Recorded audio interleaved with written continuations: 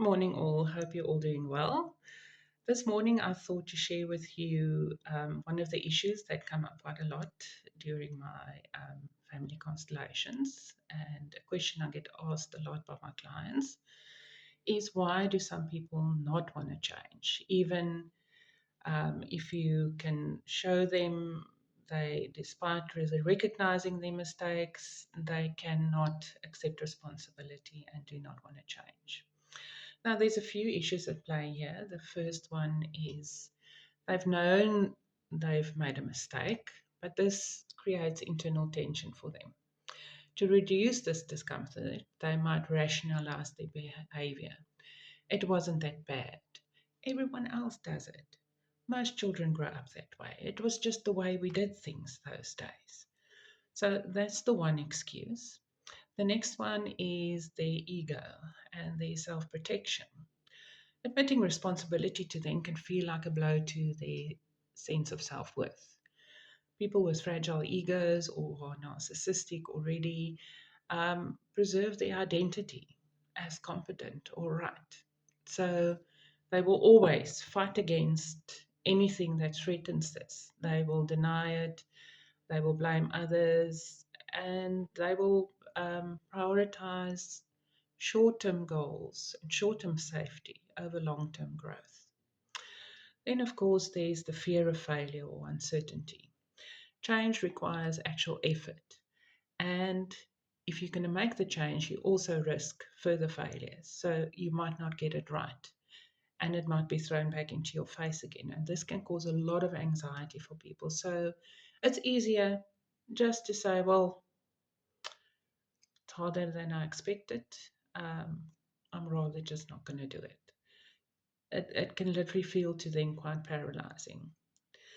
Then there's also, of course, habitual patterns, comfort zones. This is what they've used to. Their brains are actually wired for efficiency, and they form those neural pathways around their present behavior. Breaking these pathways and forming new pathways, it requires deliberate work. It doesn't just happen.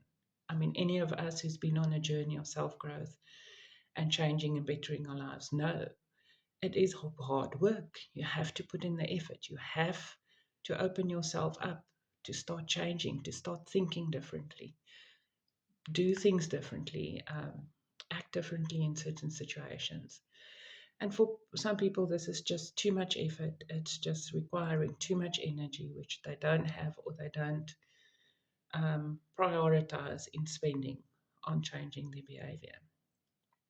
Then there's also external factors, learned behaviors.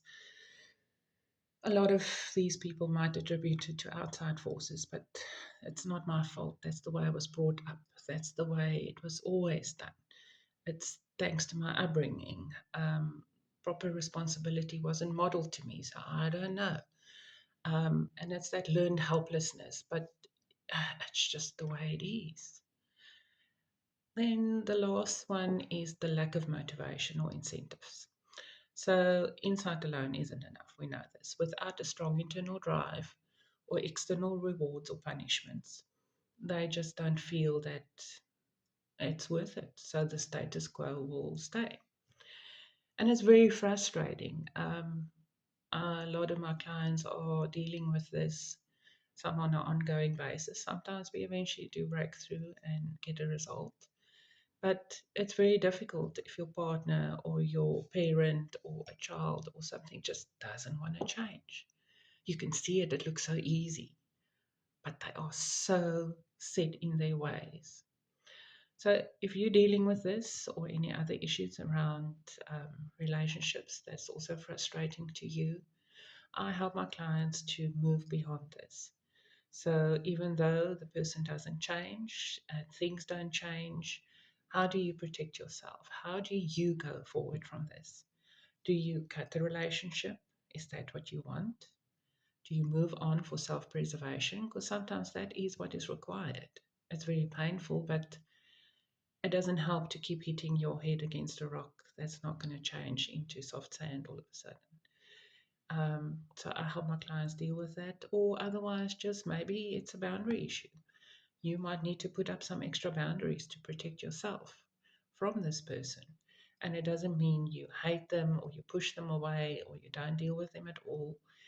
We just change the way in which you deal with them, putting up boundaries to protect your energy, your sanity, your emotions, so that you're not investing so much into them while it's all just sort of flows over the head and doesn't sink in.